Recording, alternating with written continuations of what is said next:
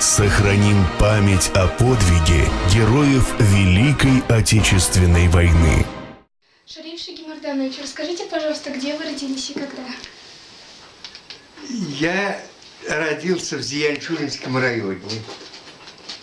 Это самый крайний южный район, в Башкирии, возле Оренбурга. Потом в 1943 году был призван в армию. В 1943 году мне было 17 лет только. Да. А откуда вы узнали о начале войны? Или от кого? В школе, где-то в 6 классе учился я. В 6 классе учился вот в соседней деревне. Вот там объявили, да, как раз. Призвали на фронт. Вы находились дома? Дома был, дома. Я уже, как началась война, 1,5 года уже не учился, работал в колхозе. Вот. А потом в 1943 году, в октябре месяце, призвали нас в армию. Я уходил в Алкино, военный городок Алкино возле Уфы. Потом там где-то после 2,5 месяца объявили, что на набор идет десантные войска. Я сам даже не знаю, что такое десант, но записался. Записался, прошел медицинские комиссии, прошел мандатные комиссии, и мне записали. Потом нас повезли в Москву. Подмосковье стояла наша десантно-воздушная армия 9-я.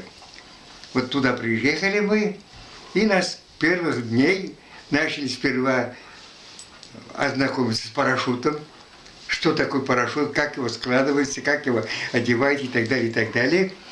А потом уже тренировочные прыжки. Какие действия вы получили, звания, награды, вот эти все награды? Самое высокое звание у меня ефрейтор. Ефрейтор. Больше звания нету. А за что? Да. Какой? А уже сейчас я капитан. Потому что после демобилизации, когда здесь работал, я закончил партийную школу в Уфе. Вот когда партийную школу закончил, вот бывшим участникам войны присваивали звание. Сперва младший лейтенант, потом через год лейтенант старший. Сейчас я как капитан 20-х войск. 7 лет я поработал в райкоме партии, после партийной школы за отделом.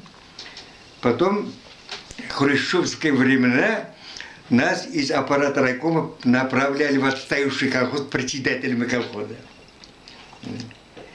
Я 18 лет проработал председателем колхоза. 56-58 год, до 56 году, в Ферроманенке колхоз дали там 4 года я поработал, потом самый большой колхоз в районе дали.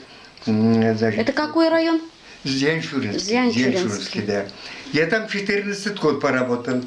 14 год был председателем колхоза и уволился тогда в феврале месяце 1977 года. Шариф Шагимарданович, какие ранения у вас были во время войны? Вот только нога ранена. Вот это место. Я там месяц-два, наверное, сам сейчас только в больнице не лежал, сам сейчас походил, и сразу опять воевать. Как вы получили это ранение? Шли танки. Вот нам сказали бросать эту гранату. Вот я бросил гранату, потом танкисты тоже бросили. Вот в этот осколок попал. Какое было самое эмоциональное воспоминание о войне? Ну, радостная победа. Мы уже шли, ну и чувствовали, что будет победа.